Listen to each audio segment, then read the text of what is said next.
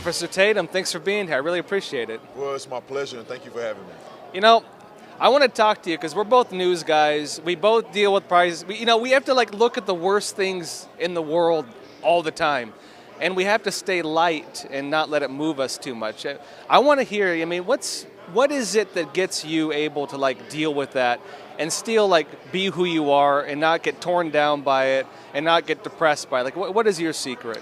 So for me, my faith in God is absolutely number one. Yeah. I have a foundation in God, and that helps me balance throughout the day. And I pray and I see that God can operate and do anything.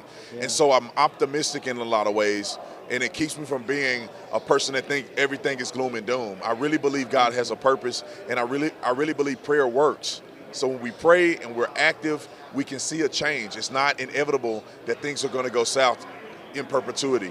Yeah. And also, being a police officer made this real easy, right? I mean, I can imagine. Putting my life on the line every day, wondering if I'm going to come home, dealing with people who I physically see the worst day of their life every single day I go to work. Yeah. And so doing politics is so much easier. Well, let's talk about that. Police officers, people don't necessarily call you up for a happy time. You know what I mean? Never. I wish. Yeah. When they get married, they don't call us. When that divorce happened, we're the first ones they call. So, day in, day out, you're dealing with literally the worst day a person's had in their life, probably. How do you come home and put that all behind you? What's the secret? So it's an entire system that I set up. When I'm there experiencing somebody's worst day, I don't always make it about me, right? It's not about how I feel. I understand that they're having a worst day. I want to speak life to them. So that helps me not get too caught up in the day-to-day. But also my foundation in faith. As a police officer, we were told from the academy, when you leave, you need to leave. Many cops, they wouldn't wear their uniform home. Yeah. When they leave, they wanted to all be over. And they would tell us and encourage us to have friends who weren't police officers. Because when you're a cop and your friends are cops, that's all you talk about. You go to work and deal with it, you go home and talk about it. So they would encourage us to do that and then have another passion of yours that had nothing to do with policing. And mine was cycling. I love riding my bike. I would ride hundreds of miles a week. And so that was my release and separation from being a police officer. So I was recharged, ready to go. My faith was strong. And then when I go back to policing, I was rejuvenated enough to deal with the issues. That's important. So you kind of separate your life and your foundation from the nonsense of the world to an extent. Right. Yeah, that's interesting. You have to. It will consume you if you don't. We're at a turning point right now. There's a lot of young people here. I know you were speaking earlier. I've been thinking, I think it helps kids to see a man able to deal with the things they're dealing with. I think in a certain way that's what fathers do. Kids, they're dealing with all the troubles in their life. When they see their dad working hard and dealing with all the nonsense, and he comes home and he's a little stressed, but he's still solid. Having that example of somebody who can deal with the things they're dealing with and not be shaken by it does so much for kids. Yes. And I'm wondering if you were to tell the kids here who are probably dealing with crazy stuff in college campuses and facing, the futures, they don't know what it's going to look like, what do you tell them? Well, I tell them first, put God first. It's not just a slogan. It's legitimately what has caused me to be who I am and what sustains me over time. So put God first. Know that God is in control of all things that are happening. And the second thing is that anybody who's ever accomplished anything great had courage. They believed in themselves, and they fought through the adversity. And it's okay to be the only one going in one direction. The mainstream, most people, I wouldn't say most people, but a lot of people fall into the sheep mentality. They're all going into a false direction. It's okay for you to stand up and go against the grain. Our founding fathers went against the grain. The establishment of this country was going against the grain. And so I want them to be encouraged that it's a good thing. Jesus went against the grain. That's why they killed him. That's right. And the Father rose him on the third day. But it's okay to go against the grain. It is honorable to go against the grain if you're standing up for truth. So if you're consistent in that, put God first, stand up for the truth, have courage, you will see the outcome that you expect to have in this country and also in your personal life. I want to ask you, because we were talking a bit before, and you're talking about your dad. Yeah. What are the three things that your dad taught you that you think people might benefit from? If you can name three things, what are the most important things your dad taught you? He taught me discipline, Courage and selflessness.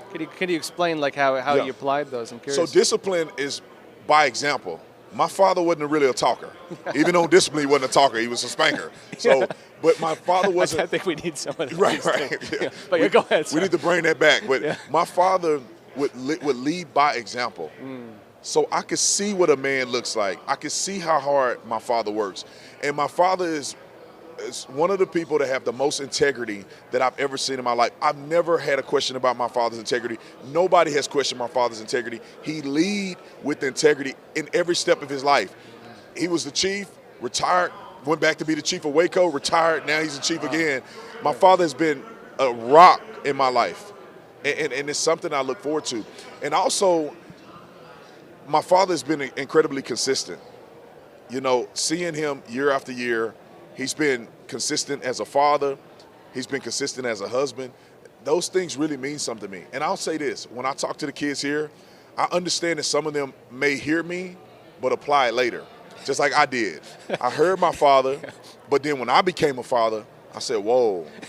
me too. Whoa, like my dad was really making sacrifices.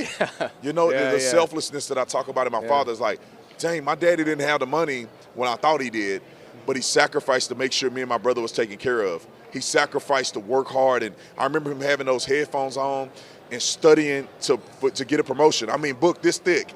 We playing around, and daddy in there studying and studying and studying and studying. I didn't know he had to take the test multiple times. You know, so all of those things my father did really paid off when I became an adult and I realized that man really had it figured out. You know, I was reading something about that recently, that you kind of sometimes don't realize that your father is a person just like you, who has feelings Right. and deals with things until you get a little older and you can relate to it. You know, when you're a kid, he's like the disciplinarian. Right. He's the guy you want to hang out with, but maybe he's too busy because he has to work all the time. And sometimes not until you're a bit older do you start understanding that. Yeah. Right. Yeah, I'm curious for you. I know a lot of kids here, you have fatherlessness. It's a big problem these days. And even though they might say, guys like us who maybe take a lot of examples from our dads, a lot of kids don't have that. I understand that there's mentorship. You know, they might look to new father figures. I think unfortunately some kids get pulled into gangs because of that. Actually, Right. they're looking for that connection. For those kids who don't have fathers, what would you tell them? Yeah, I want them to understand that it's important to have mentorship. Yeah. No one goes in this thing alone, and it's pointless for you to have to relive things that people have already experienced. Mentorship is important. Finding the right mentor is even more important. So follow people that's an exemplification of who you want to be. Yeah. Don't follow people that's just flashy, they got money because they're famous, but follow people who have integrity that, like I said, exemplifies what you envision yourself being. And young people got to start thinking that through. Don't just go through life aimlessly. Picture in your mind the man you respect the most, even if it's a created image of a man. Meaning, what does he sound like? How does he treat people? How hard does he work? All of those things. What is his inspiration? How does he dress? What does he smell like? Envision that and become that man. Yeah. And leverage other people who have done what you want to do as mentors. So I want young people to do that. But the biggest thing is that don't follow idiots. You know, there's guys out here that are incredibly popular because they got money and they're fit and they talk crazy online. That's not always the person that you want to follow. If a man is telling you to be a high-value man, you got to sleep with a bunch of women and being very disrespectful to people, using foul language, you can hear that person, but don't allow that person to lead you in your life.